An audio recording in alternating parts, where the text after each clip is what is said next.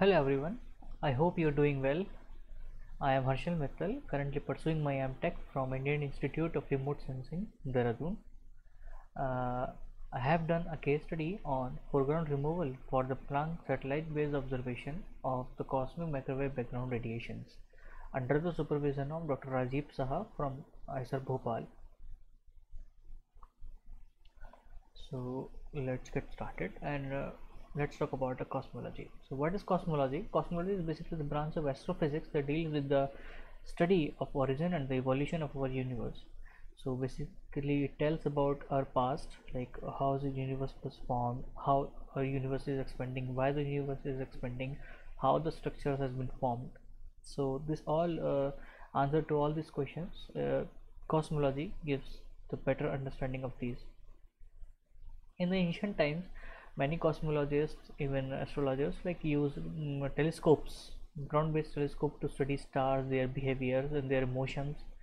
Uh, but now, in the modern era, we have space-borne telescopes that we have, like Hubble telescope that resides in a space and helps in understanding all the red shapes and etc.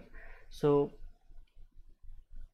basically the electromagnetic radiation that is received in our the space that are received by our telescopes, space-based telescopes, helps us understand the cosmology in more detail. So cosmic microwave background radiations, the one of them, basically these are the oldest radiations we observe today. These are the oldest radiation after the Big Bang. These are the first radiation we received basically after the Big Bang. So when our universe was 100 millionth of the size it is today, the temperature was 273 million degree Kelvin above the absolute zero. But as our universe expands and cools down, some chemical process like recombination process got started, where some protons start capturing the free electrons and combining to form atoms like lighter elements like a hydrogen element. So after these numerous epochs, our universe was finally got a matter neutral state basically. So out of all the plasma states, and this matter radiation got decoupled. So this was the first time of our universe that is uh, for the transparency regarding the light. So at this stage it was the first time for our universe to get transparent to the light. This is spectrum, this the light that has been take out from that transparent medium in our universe is we receive today, that is called as the microwave radiations, cosmic microwave background radiations. So why microwave? Because due to the stretching of our space-time curvature, the basically the wavelengths got stretched and we receive it today as a microwaves. Even after some time we will receiving as a radio waves also. So at this time we are receiving as a microwave. So these microwaves, as we talked, like this microwaves has been coming from a very behind the plasma states basically. So what is the problem with this CMB that has been captured? Like it is contaminated, like it has very low value, but due to the contamination we receive a very high amount of value. So this is our task to remove this contamination. So we understand what type of contaminations are there. So first one is synchrotron emissions, that is basically there is like in the relativistic electrons when spinning around a magnetic field emits some radiations. This radiation is basically known as synchrotron emission. This generally is found near the black holes, and it is dominated at less than 30 gigahertz frequencies. Second one is a free emission. Free emissions are the emissions that is that occurs when the interaction of the ions, uh, free electrons basically, when these free electrons are interacting with the ions present in our Milky Way galaxy, they turn out to be in the thermal Bremsstrahlung radiations. These radiations is known as the free emissions. They are dominated at 30 to 200 gigahertz frequencies. We can note that these two frequencies are basically resides in a microwave region. Another one is a thermal dust. Thermal dust are basically the small dust particles in the interstellar medium that acts as a emitting source itself due to their size basically. So this is discovered by the COPE satellite by the NASA. Actually, the study of this CMB has been uh, done by NASA and ESA. Like we have three satellites.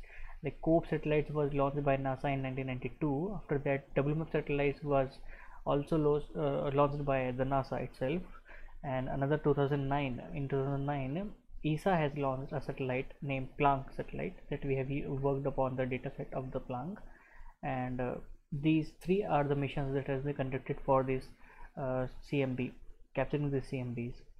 So other radiations that contaminates the data are like infrared emissions, carbon monoxide, and other galactic planes. So what's the motivation of our work? So basically, to understand the behavior of our universe, to understand our past, we need to understand that how that the radiations, because these CMB radiations are very fulfill of very crucial information, like what the baryon density and many more things are resides in that spectrum. So this is our duty, this is our task to decontaminate all of the radiation and give the pure a clean signal to our cosmologists, so that this signal can be further used for the extraction of the crucial informations. So this is our objective, to generate the clean map. Basically, we'll discuss what the map is and compute its respective power spectrum using the Planck single frequency datasets. The second objective is a comparison between the full sky approach and a region wise approach. We'll discuss it further. Third one, a comparison for the generated power spectrum is done with the theoretical power spectrum. So this is our data set we are using. So Planck satellite we had used by ESA, that is launched in 2009. We have used 6 bands, 3 of low frequency instrument and 3 of high frequency instrument. There are more greater than 300 gigahertz. We have some bands, but we have not used, as the bands that are greater than 300 are generally contaminated by the thermal dust and heavily contaminated by the thermal dust. So we have these 6 bands, and we'll try to clean the map using these 3 bands. So before going further, let's see that how the Planck satellite scans the radiation, how the data has been formed. So this so this is the way Planck, so it basically spins and rotates on its axis to compute the whole spectrum, and this spherical shape has been transformed over the 2D plane that is been shown here. Like this, we receive our data in this form. So we can see that the Planck rotates and rotates it on its axis and computes all the data. So let's talk about that, what the data is. So basically, it computes the fluctuation levels at a certain point in a space. So let's say if we talk about in your room, say at certain, if we talk about a Cartesian system plane, Cartesian reference plane. So if we talk like at a certain XYZ in your room, we have a certain temperature. At another XYZ we had a certain temperature, and you know that that the temperature of your room is approximately, on an average, if we talk about it, say 24 degrees Celsius. So you can compute the fluctuation level on each points in your room, XYZ point. So in the same way, in a space we have not a Cartesian but a polar coordinate system like r comma theta. So we compute depending upon the resolution, we compute at each point the fluctuation level. We know that the temperature, the current temperature of our universe is 2.7 degree Kelvin, that is so cold. So these instruments are designed such that they can capture the fluctuations in the space upon this average temperature. So these satellites, these radiometer, differential radiometer, they're different type of instrument that computes the fluctuations even in the micro scales or milliscales. So this map consists of these fluctuations. If we talk about only the temperature values, So this map is formed of the fluctuations levels, different fluctuations level. Although there are the polarization states also, but we do not uh, use in this work. So we have used only the temperature column. So the software used, we have used Hillpix software, the hierarchical equal areas latitude, isolatitude pixelation. So basically it helps us data processing over the sphere, like we have converted the whole 3D sphere into a 2D plane. Python has been used as a HillPy library, is a Hillpix library in the Python open source library we have used. Jupyter Notebook has been used for the easy visualization of the data implementation. So this is our flow of work. Like we had get the Planck single frequency data, we pre-process all the data. We'll discuss how we have pre-processed the data. After that pre-processing, we have done the two approaches, like full sky approach and region wise approach. In a full sky approach, we have computed the clean map initially, and after the computation of the clean map, we had applied the mask. We'll discuss that what is masking and why we are applying the mask. In the region wise approach, we have applied the mask in the input image, and then we have computed the clean map. And after this computation, we have computed the power spectrum for both of the method, and in this manner we have described our methodology. So pre-processing, so basically as I told that we had a polarization states also, but we are only concerning the temperature vector in the data, so we need to extract the temperature column from the data sets. After that we have like different because of different data sets, we had different resolution. So depending upon the frequencies, we have downgraded all the maps to the NSide 128. So what is basically the meaning of NSide is, like in circular we have octahedron combination, different combinations to compute to form a sphere. So we can say that the 12 faces to be needed. So the total number of pixels would be like this 12 factor into the one NSide, like 128, but we are computing as a square, so 128 into 128. So 12 into 120 into 120 would be the number of pixels we are working on. So they are 1,96,608 pixels. So, and also like as the instrument has a very different instrument resolution, so we have smoothen all the map to 1 degree for the for the consistency of the processing. So generation of the clean map. So how we are generating, like we have used the interlinear combination method in the pixel space, in which we compute the weights for each map. Like we have used 6 bands, so we are computing the 6 weights, and these weights are being multiplied by the each of the map input map, and after the linearly combining all the map, we get a clean map. So our task is to compute those weights. So let's see how we compute the weight. So we convert all the 6 bands into a covariance matrix and decompose it using a single value decomposition method. So we have U sigma U transpose. So here sigma diagonal element that have the singular values at the input map.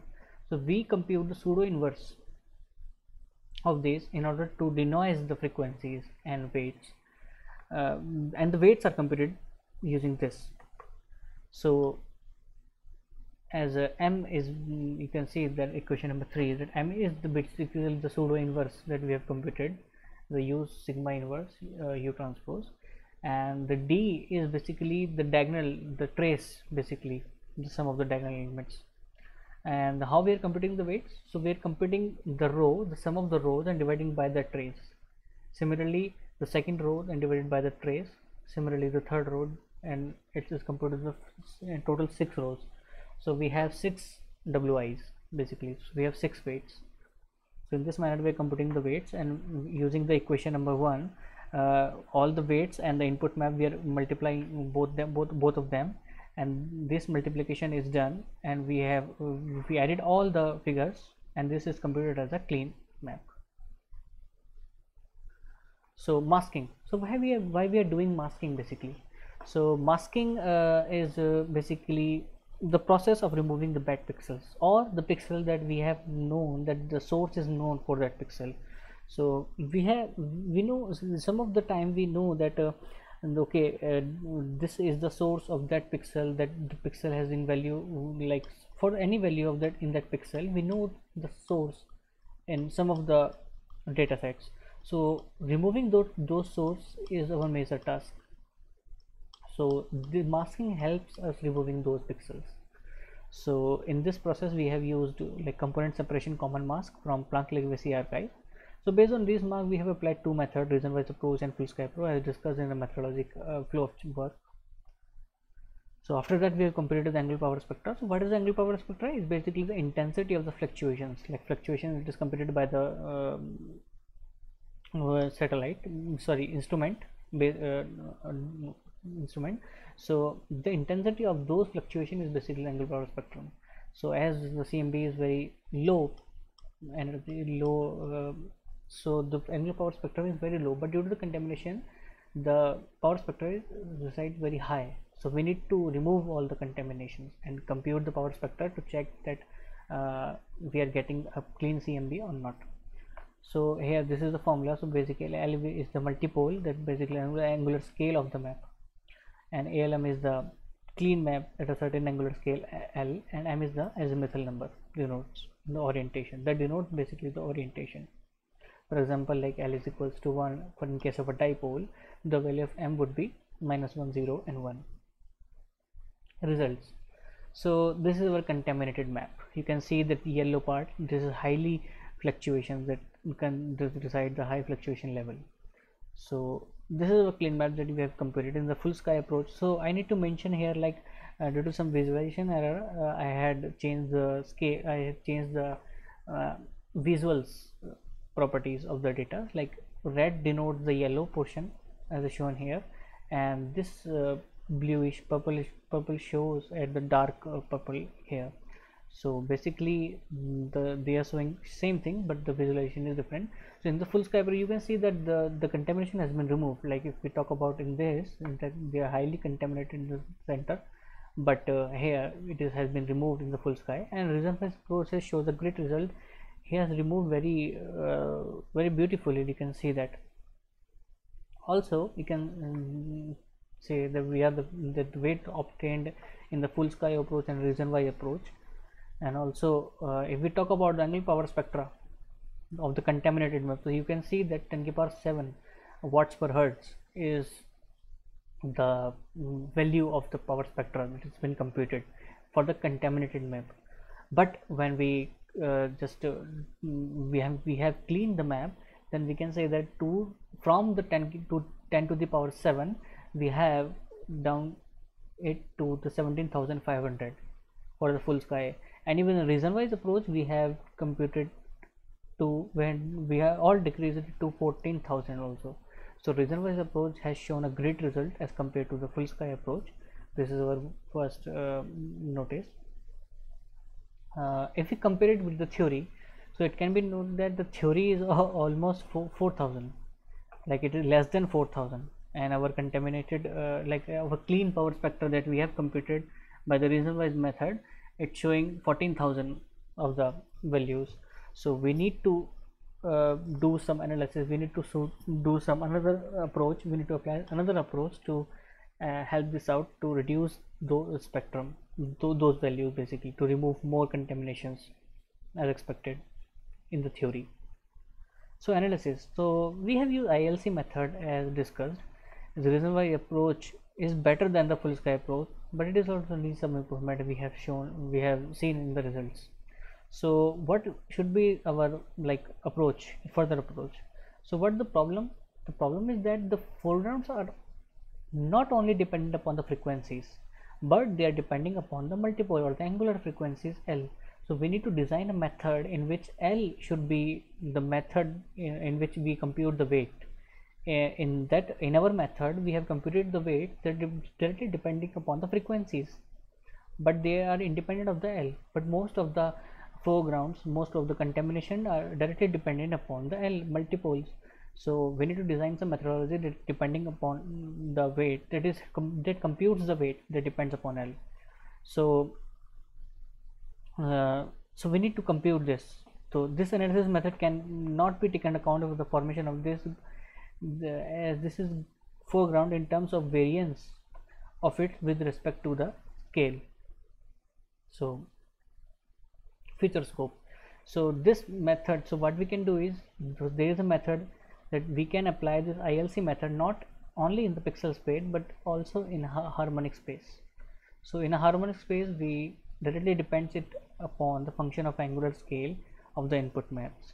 To take the pixel space into account, a new approach that we combine the pixel space and harmonic space, and we can use another approach, that the implementation of the spherical wavelets called the needlets. So needlets are basically the the spherical wavelets that combine the pixel space and harmonic space together. So we can use frequency domain as well as the angular scale both in one method, like Littler method. So this can be done as a further research studies. So thank you for lending me your ears. Please questions. I think thank you for listening.